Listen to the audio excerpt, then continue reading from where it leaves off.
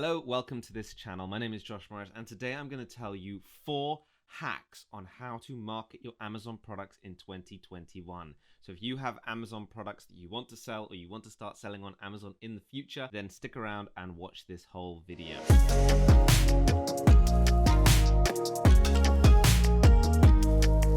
Number 1 hack to make sure that you start marketing properly on Amazon is to think about the customer first. This is something that Jeff Bezos teaches, customer first. It's a principle at Amazon, and you have to make sure that it's a principle in your business if you are selling on Amazon. If you think about all the shoppers in the world when they go out into the high street, into shops in real life, those same customers are on Amazon, buying on Amazon. In fact, people go out to shops to find good products and then they buy them on Amazon because then they don't have to carry them home and they probably get cheaper prices on Amazon. I mean, we're all looking for bargains on Amazon, aren't we? So that is hack number 1, customer first. You have to focus on what the customer actually wants. Now, hack number 2 is leading into conversion.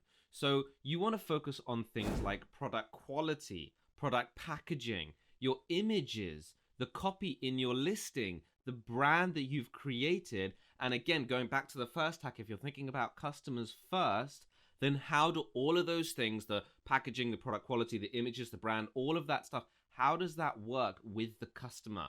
Put yourself in the customer's shoes and imagine seeing your images and your packaging and your product and all those things. One of the ways that we use this technique is by writing sales copy to specific target customers. So we go to our competitors' listings and we look at the 1-star reviews and the 5-star reviews.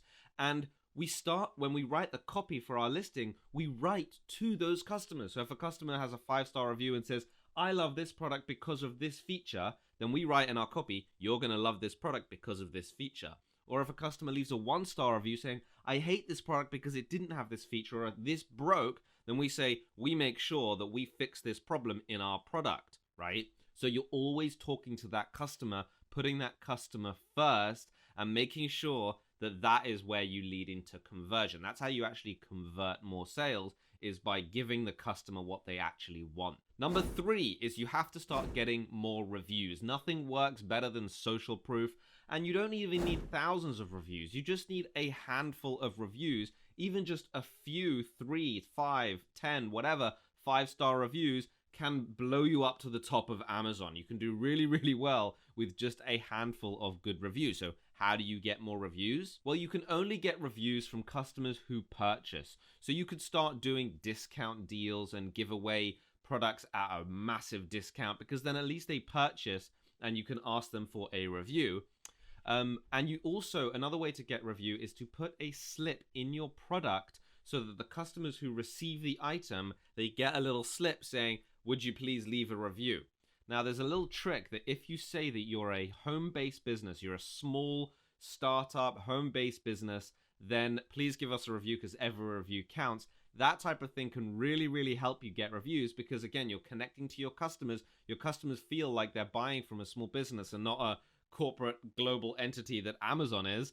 There's lots of third-party sellers on Amazon. In fact, 58% of sellers on Amazon are third-party. So tell your customers that you're a small business, and that will help you get those reviews. We recommend asking friends and family for reviews as well. Another way to get reviews is to ask in groups, Facebook groups, forums, blogs. You're not allowed to solicit reviews as per Amazon's new terms of service. You're not allowed to solicit customer reviews. Basically, that means you're not allowed to pay for customer reviews, but you can give discounts and give value and say, hey, we have a really valuable product here. We'd love you to buy it. And if you want to give a review, you can if you want, but you don't have to. There's no requirement. When they buy the product at a discount, they get the slip, so they get reminded to give a review anyway. And you can follow up with them saying, if you like the product, we'd love if you could give a review, or would love if you could post some thoughts, your honest feedback. You're not paying for a 5-star review. So that's the key there. Slight distinction. So that's hack number 3, getting more reviews. Hack number 4 is you want to go for markets that are busy but not overcrowded. So empty markets, they just don't have enough buyers. They don't have enough demand in the niche for it to be worth for you to solve those problems. You're not solving a big enough problem, so you're not going to earn enough money back from solving those customer problems. You want to find the markets that are busy but not crowded. Not empty, obviously, but not overcrowded. So an overcrowded market is where every single listing in the top is owned by a single company. That's called a monopoly, where one company owns the whole market. You don't want to go up against those types of companies.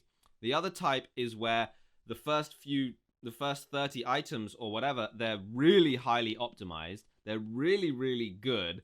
And for you to actually compete with them, you have to create a better product with better listings and better marketing. And if they're all getting tons of 5-star reviews and they're all 4.8, 5-star reviews, then there's not really much you can do to improve the product anyway. What you want to do is find those markets where there's tons of products, there's tons of reviews, there's loads of demand, loads of people are searching for it, but the reviews aren't that good. There's a lot of complaints, and some of the listings aren't that optimized. Some are missing images, that sort of thing.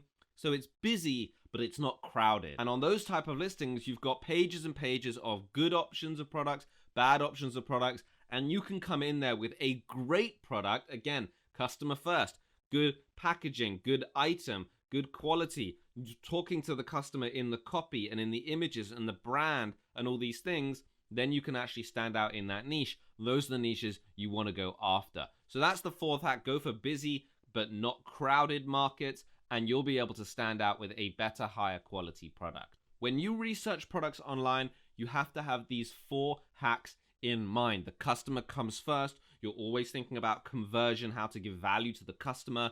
You're always thinking about how to get reviews, because that's the lifeblood of growing your social proof and your product on Amazon. And of course, you're going for markets that are busy. They've got demand, they've got people searching, but they're not crowded. So if you like this video, hit that subscribe button and the like button as well, because apparently that helps the YouTube algorithm. I don't know, like, I hate asking for likes, it's so awkward. But definitely subscribe, because I don't mind asking for subscribers, because I am making videos every single week now, and I give high value in my videos, or at least I hope I do. Some people don't think so, but it is what it is. Let me know in the comments what your thoughts are. If you're new here, by the way, let me say a hello in the comments, and I'll say hello to you in a future video. But that's it for this video. Thank you so much for watching.